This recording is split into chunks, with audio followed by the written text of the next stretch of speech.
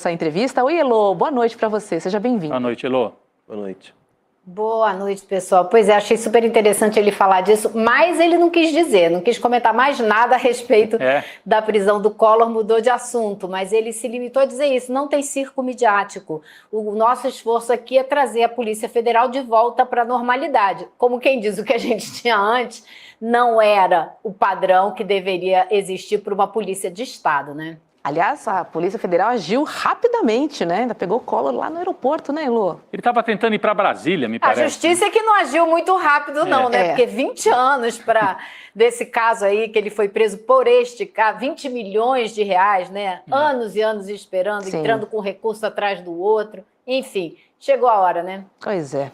E, Elô, o Andrei disse que as fraudes no INSS de descontos ilegais aumentaram muito a partir de 2022, né? E aí viraram um filão para os golpistas. Vamos ver? Depois quero te ouvir. Me parece que sim, encontraram, diria, um filão, né, para que arrecadassem muito dinheiro. Dinheiro do segurado, dinheiro do pensionista, do aposentado, aproveitando também essa, para dizer o mínimo, fragilidade administrativa. Aí.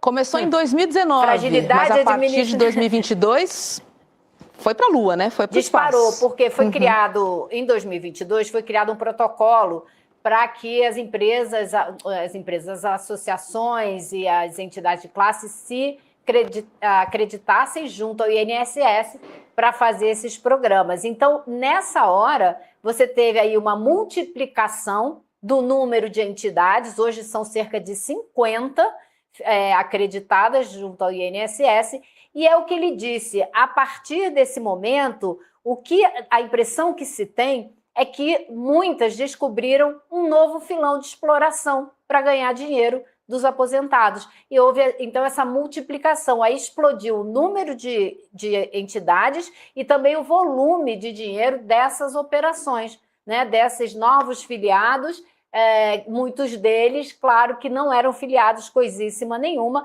era uma coleta de assinaturas que, na verdade, forjava assinaturas. Inclusive, ele disse algo que eu achei super interessante, que quando esse número explodiu, né, o INSS não parou para olhar, vem cá, peraí, quanta gente nova entrando aqui, quanto dinheiro.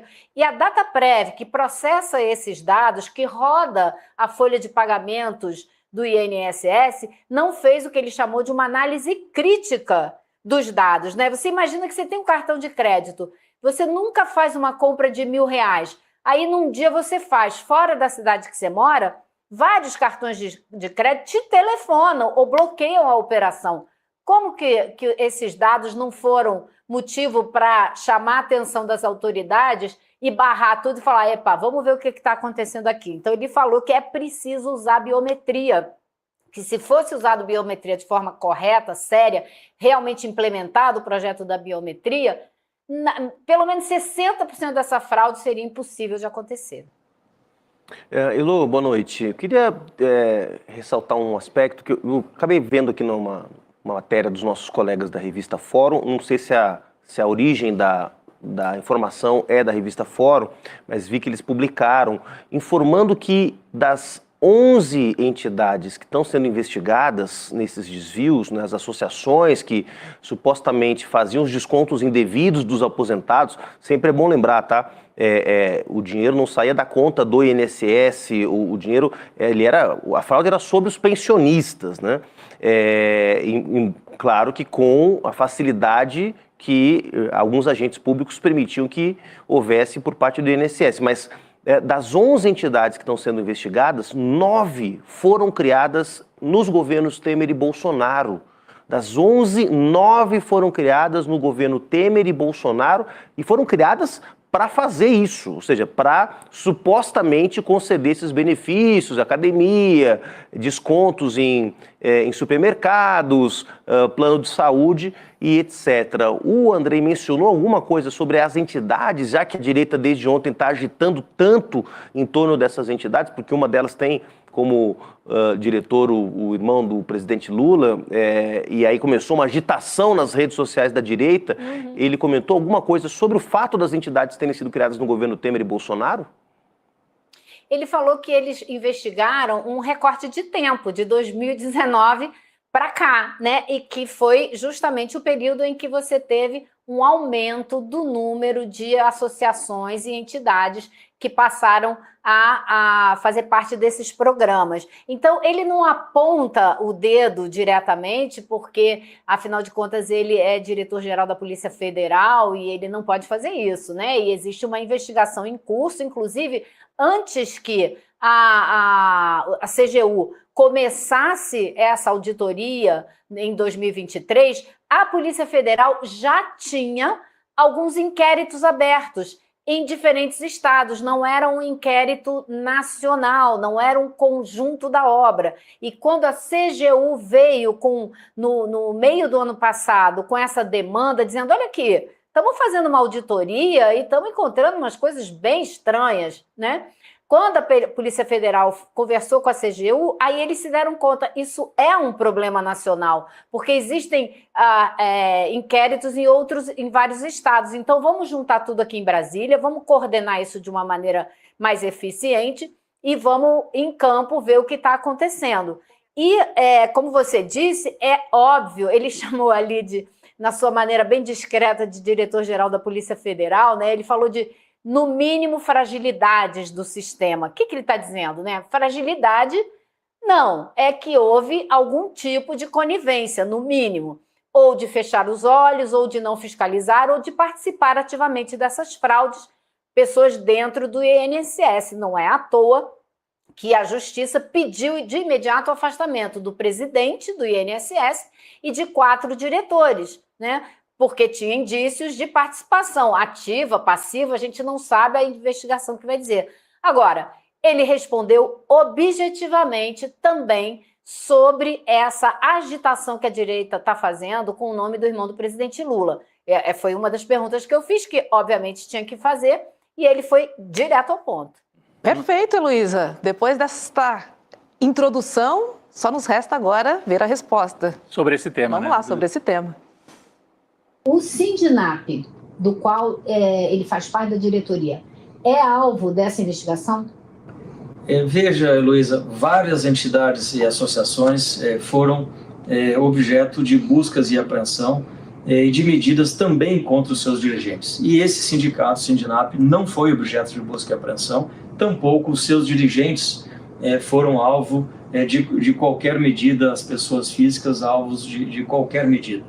E respondendo muito objetivamente, o irmão do presidente Lula não é alvo da operação, não é investigado na operação, portanto, isso eu sei que pela questão política termina gerando, né, uma onda de pessoas tentando fazer uma vinculação, né, que hoje se mostra impressionante isso. Como é que os bolsos... Quer dizer, o Juliano traz a informação, Heloísa, de que das 11 principais entidades investigadas, 9 foram criadas no período Temer-Bolsonaro. Mas a direita conseguiu, nas redes, nos últimos dias, conseguiu assim, não foi com tanta força como já tiveram no passado, mas criou esse fantasma falando, tem a ver com o irmão do Lula, é o sindicato do irmão do Lula, do Frei Chico, né? Faltou dizer o nome, o Frei Chico. E o Andrei, o diretor da Polícia Federal, disse que o Frei Chico não é investigado e que esse sindicato não está entre os sindicatos investigados. Elô, conta melhor isso pra gente, por favor. Não só a extrema-direita, completando aqui, Elô, como algumas eu ia falar manchetes exatamente também. isso, Roberta, tem vai razão, em frente. tem razão. Lula, exatamente. Eu vi um comentarista importante, né, Elô, comentarista aí de um veículo grande, importante. A manchete era presença do irmão de Lula em investigações complica presidente. Uma baixaria, né? Baixaria.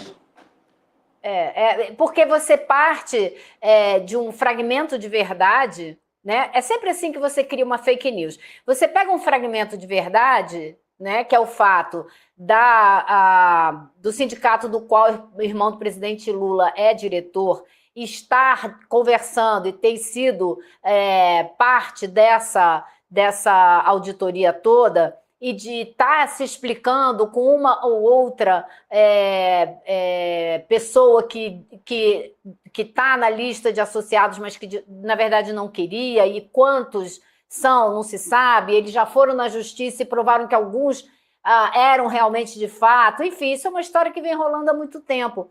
Então, o que eles fazem? Eles pegam esse fragmento de verdade, que é uma associação que faz também esses programas, e usam isso para construir uma outra história. Isso na extrema-direita, a construção da fake news. Agora, a grande imprensa vai e embarca dando título de matéria com a história, com o fato do irmão do presidente Lula, que é um sindicalista há anos, né, ser de um sindicato que também faz esse tipo de programa de desconto. E faz também crédito consignado e etc. Então, o diretor da Polícia Federal, o Andrei, deixou muito claro que dessas 11 entidades que foram avaliadas e que foram alvo de atenção da Polícia Federal e da CGU, né, 9 tiveram mandado de busca e apreensão contra a organização e contra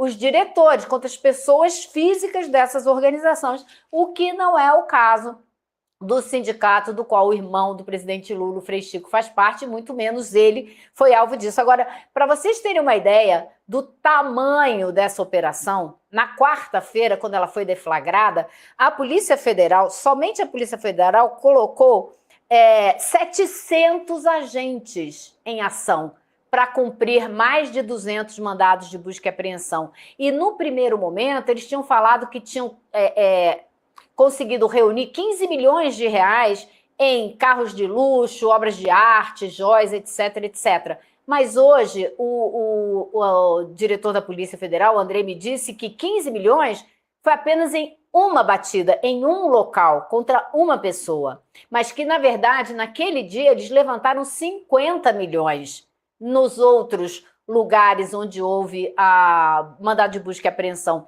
Então, isso foi a primeira ação, digamos assim, ostensiva da Polícia Federal, mas há de se imaginar que outras virão. E ele deixou muito claro que existiu, de alguma maneira, uma participação de quem estava dentro do INSS. Claro, isso é óbvio, né, gente? Isso não ia acontecer sem algum tipo de facilitação. Agora, outra pergunta que eu fiz para ele, que ele não respondeu e disse que, afinal de contas, a Polícia Federal não se mete em política, foi a respeito do ministro da Previdência, né? Porque o INSS está diretamente ligado ao Ministério. O Carlos Lupe, que é o ministro, num primeiro momento fez uma defesa enfática do presidente do INSS, falando que ele até o momento era um funcionário de carreira exemplar, e, claro, levou um puxão de orelha feio do presidente Lula, que exigiu a demissão do presidente do INSS. Resta saber o quanto que isso queimou o ministro Lupe, né? Porque não ficou nada bonito para ele o tom diferente que ele usou para falar dessa situação na coletiva, da qual participaram o próprio Andrei, o ministro da Justiça, e o ministro da CGU. Foi uma saia justa, né, Juliano? Bem justa, inclusive. Foi. E a imprensa hoje começou, a grande imprensa principalmente, né, que adora demitir, nomear e demitir, né? Quando é um ministro Juscelino Filho, pega leve, né? Porque afinal de contas é do Centrão. Quando é o Carlos Lupe, que é de um partido de centro-esquerda, grande imprensa hoje pedindo a cabeça, sobretudo os lavajatistas aí, vários deles hoje exigindo do presidente Lula demissão e etc, né? Então, certamente houve aí algum ajuste de contas, né? Depois da fala do Carlos Lupe com o presidente, né? Algum tipo de ajuste de conduta, né? Certamente deve ter ocorrido. Agora, precisa lembrar, a Globo News, que não são eles que nomeiam ou demitem ministros no Brasil, felizmente, né? Exatamente. E é preciso chegar à conclusão se, no momento em que a CGU entregou um relatório para o INSS, dando conta do que estava acontecendo, e o INSS não fez nada, até esse momento, ninguém sabe se o funcionário exemplar foi lá e passou a informação para o ministro, né? Essa ligação aí, talvez a investigação consiga resolver essa dúvida. Por enquanto, não existe nenhuma indicação, então não se pode dizer nada, né? É isso. Perfeito. Pois é. E olha só, essa entrevista completa da Elô com o Andrei, você vai ver na segunda-feira, no ICL Notícias, primeira edição, a partir das 8 horas da manhã. Então não perca, que tem mais trechos aí, né?